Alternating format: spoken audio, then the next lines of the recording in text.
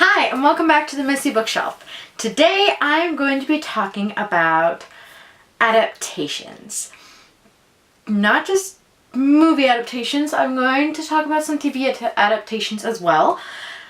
You could say that it's in honor of Allegiant coming out tomorrow. I think it's tomorrow that it comes out. But I'm not, because I have no intentions of going to see it in theaters. But I'm not going to get into that. If you've read the books and you've seen the trailers, then you probably already know that it doesn't look all that great.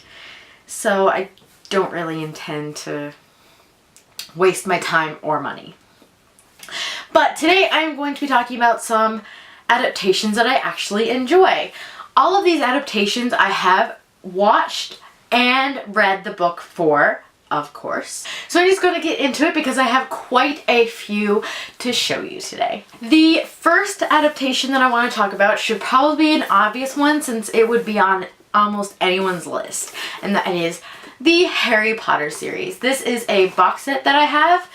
It has all of the movies as well as a version of the book that Harry receives from Hagrid. And the inside is actually kind of cool, because when you do it like that, you have Harry and Voldemort. And my light is reflecting off it. So yeah. This is one of my favorite adaptations. This series was so well done. There were some issues, but they're kind of forgivable, except for the Goblet of Fire. I don't think I need to really mention that. But regardless, the only thing I wish that would have happened in these is that Peeves would have appeared, because he is such a great character in the books and I really enjoy reading about his mischief.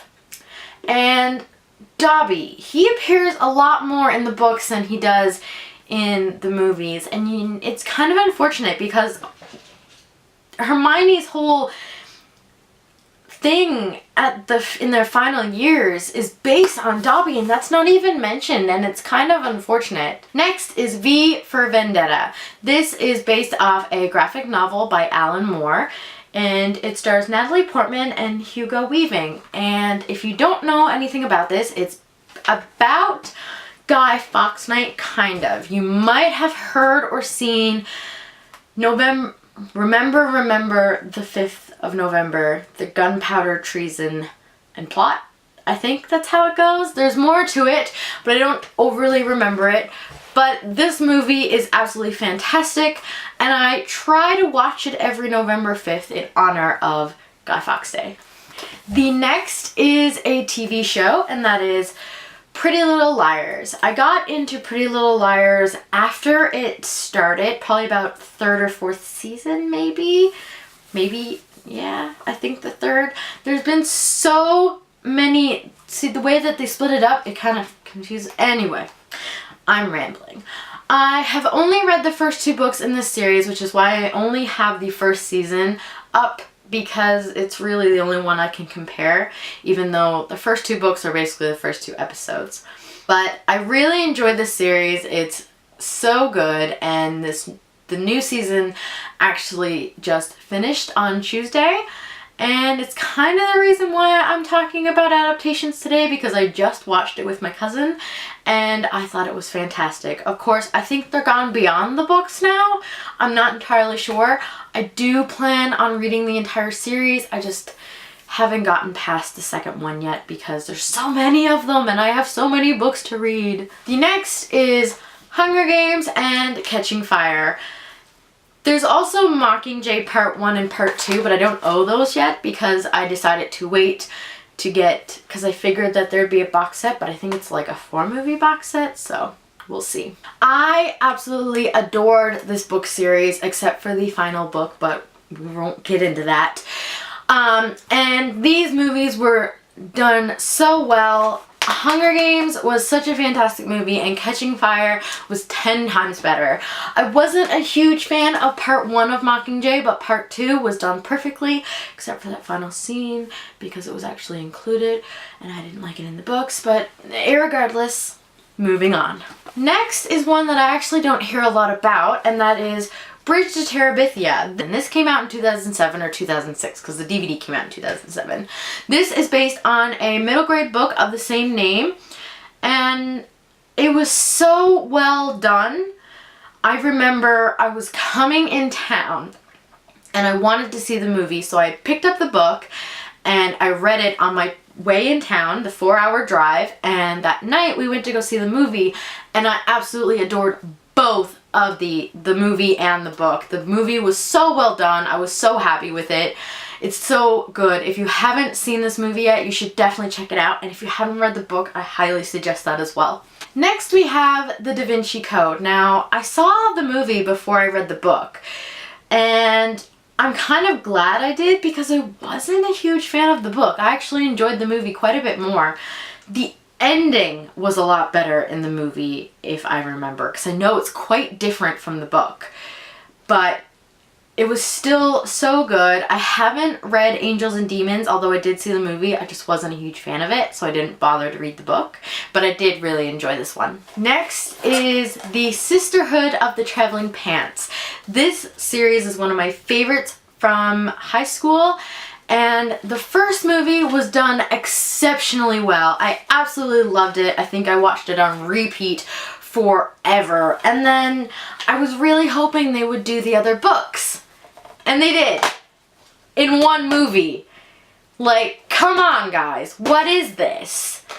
They put 4 books into one movie, and it just kind of ruined it. I think they wanted to give the fans a conclusion, but they didn't do the books justice, and that was just unfortunate. Next is A Series of Unfortunate Events. I have not actually finished reading these series, but I did read the first 3 books, which is what this movie is about.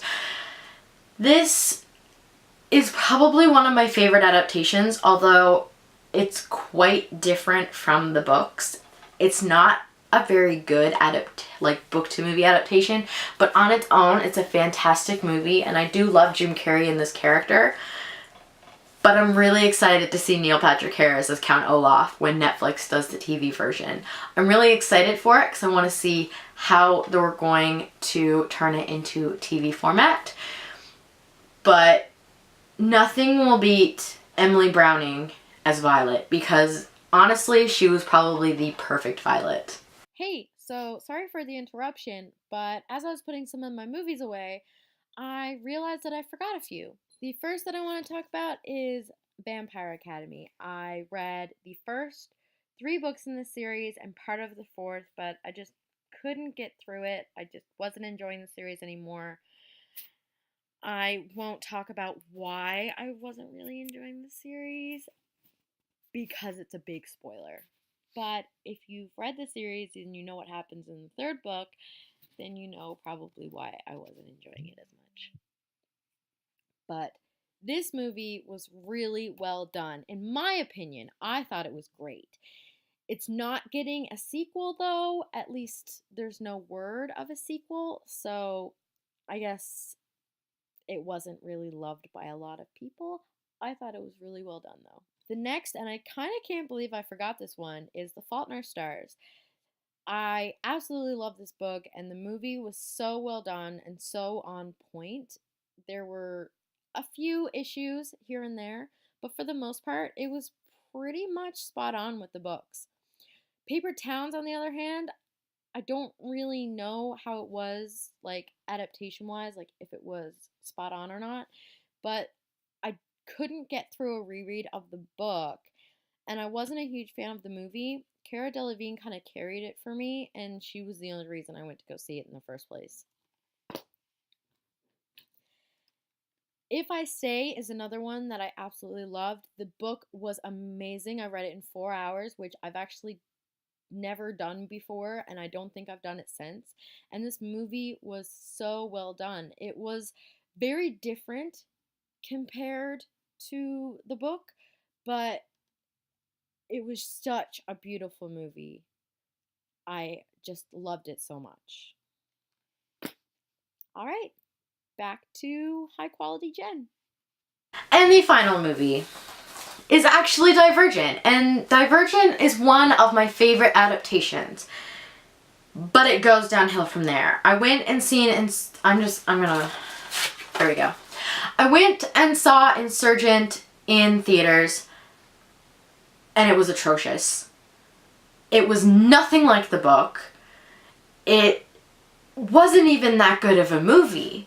It wasn't as bad as, say, the Percy Jackson movies, which you will not see in this video, but it did not do the book justice. And from what I can gather from the trailers for Legion and the fact that they're splitting it up into 2 movies, the rest of the series is not going to go well either. It seems like they've just taken the books and destroyed the whole plot. And it's really unfortunate because these books are absolutely fantastic. And the first movie was so well done. Me and my roommate at the time watched the movies constantly.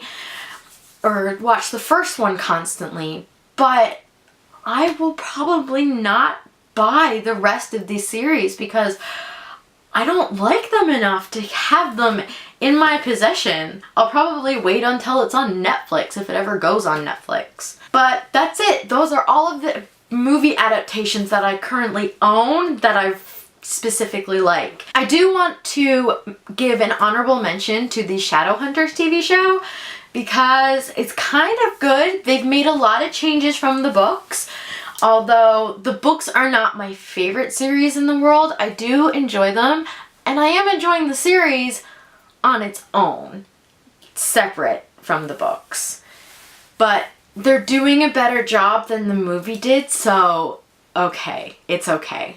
But that's it for this week. Let me know down in the comments what book to movie adaptations or book to TV adaptations you enjoy, if you liked any of these, and your thoughts on the Allegiant movie / trailer. If you want to see more videos like this, hit that subscribe button, and I will see you next week. Bye!